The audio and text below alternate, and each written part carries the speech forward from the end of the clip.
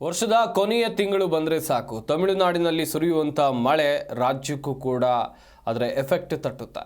ಇನ್ನೊಂದು ಕಡೆಯಲ್ಲಿ ಬಂಗಾಳ ಕೊಲ್ಲಿಯಲ್ಲಿ ಎದ್ದಿರುವಂಥ ಫೆಂಗಲ್ ಚಂಡಮಾರುತದ ಆರ್ಭಟದಿಂದಾಗಿ ರಾಜ್ಯ ರಾಜಧಾನಿ ಬೆಂಗಳೂರಿನಲ್ಲಿ ಉತ್ತಮವಾಗಿ ಮಳೆಯಾಗ್ತಾ ಇದೆ.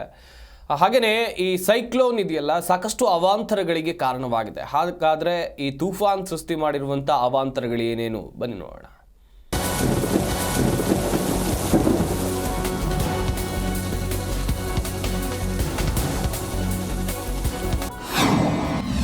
ಫೆಂಗಲ್ ಹೊಡೆತಕ್ಕೆ ಬೆಂಗಳೂರು ಜನ ದಂಗಲ್.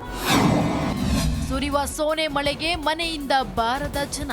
ನೆರೆಯ ತಮಿಳುನಾಡು ಮತ್ತು ಪಾಂಡಿಚೇರಿಯಲ್ಲಿ ಫೆಂಗಲ್ ಚಂಡಮಾರುತ ದೊಡ್ಡ ಅವಾಂತರಗಳನ್ನೇ ಸೃಷ್ಟಿಸಿದೆ. ಇದರ ಪರಿಣಾಮ ಕರ್ನಾಟಕದ ಮೇಲೂ ತಟ್ಟಿದೆ. ಬೆಂಗಳೂರಿನಲ್ಲಿ ಕಳೆದ ಶನಿವಾರ ರಾತ್ರಿ ಶುರುವಾದ ಮಳೆ ಇಲ್ಲಿಯವರೆಗೂ ನಿಂತಿಲ್ಲ. ಕೊರೆವ ಚಳಿ ಜೊತೆಗೆ ದಿನವಿಡೀ ಜಿಟಿ ಮಳೆಯಾಗ್ತಾ ಇದೆ. 24 ಗಂಟೆಯಿಂದಲೂ ಮಳೆ ಸುರಿದ ಮಳೆಯಿಂದಾಗಿ ಜೆಜೆನಗರದ ಮನೆಯ ಗೋಡೆ ಕುಸಿದು ವೃದ್ಧರಿಬ್ಬರ ಪ್ರಾಣಕ್ಕೆ ಕಂಟಕ ತಂದಿದೆ. ವಾರದ ಆರಂಭದ ಸೋಮವಾರದ ದಿನವೇ ಕಾಟ ಕೊಟ್ಟ ಮಳೆಯಿಂದ ಸರ್ಕಾರಿ ಖಾಸಗಿ ಕಚೇರಿಗಳಿಗೆ, ಶಾಲಾ ಕಾಲೇಜುಗಳಿಗೆ, ಮಾರುಕಟ್ಟೆಗಳಿಗೆ ಭಾರಿ ಹೊಡೆತ ಕೊಟ್ಟಿದೆ. ಎಲ್ಲಿ ನೋಡಿದ್ರಲ್ಲಿ ಭಾರಿ ಟ್ರಾಫಿಕ್ ಜಾಮ್ ಉಂಟಾದ ಕಾರಣ ವಾಹನ ಸವಾರರು ನಲುಗಿ ಹೋಗಿದ್ರು.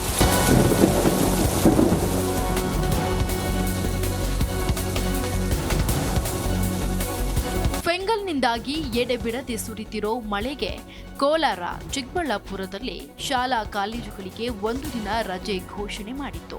ಬೆಂಗಳೂರಿನಲ್ಲಿ LKG, UKGಯ ಪುಟ್ಟ ಮಕ್ಕಳಿಗೆ ಬಿಟ್ಟರೆ ಎಂದಿನಂತೆ ಶಾಲಾ ಕಾಲೇಜುಗಳು ತೆರೆದಿದ್ವು. BBMP ಕೂಡ ಬೆಂಗಳೂರಲ್ಲಿ ಯಾವುದೇ ತೊಂದರೆ ಆಗದಂತೆ ಎಚ್ಚರ ವಹಿಸಿದೆ. 10 mm ಅಂತ ಬಂದಿದೆ. 24 ಅವರ್ಸ್ನಲ್ಲಿ ಮ್ಯಾಕ್ಸಿಮಮ್ ಮಹಾದೇವಪುರದಲ್ಲಿ 20 mm ಬಿದ್ದಿದೆ.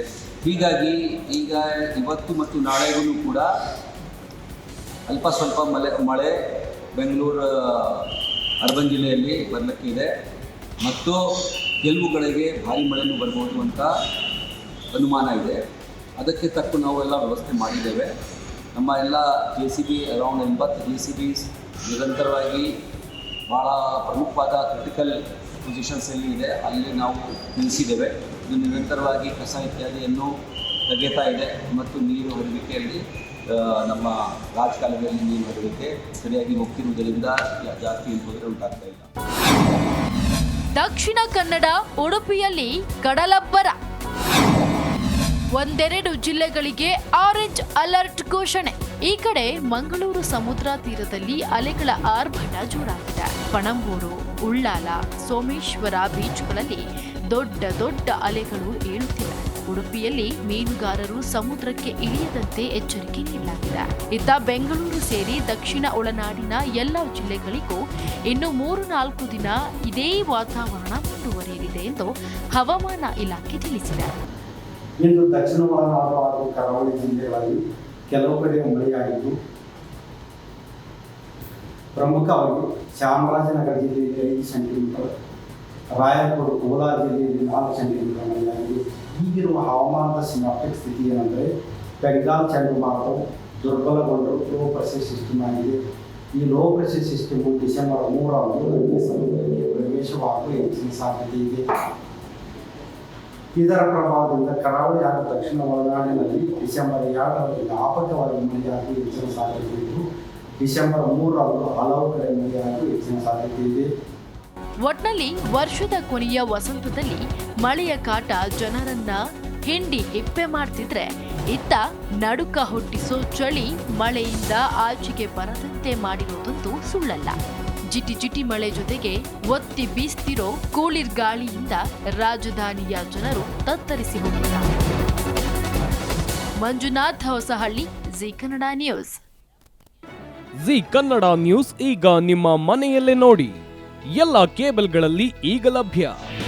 ನಿಮ್ಮ ನೆಚ್ಚಿನ ಜಿ ಕನ್ನಡ ನ್ಯೂಸ್ ಈಗ ಸನ್ ಡೈರೆಕ್ಟ್ ನಲ್ಲಿ number 292, Tata play number 1664, Jio TV number 1334, NXT digital number 30, in cable number 30, city networks 51, U digital number 162, GTPL number 17, Rockline telecommunications number 42, Shri Basaveshwara cable number 168, rural cable network 60, Vinayaka digital 57, Abhishek cable 821, city channel 53, Siddeshwara cable network 57, V4 digital Infotech 628, Surya digital networks 53, Gajanan digital number 836, Malnad infotech private limited number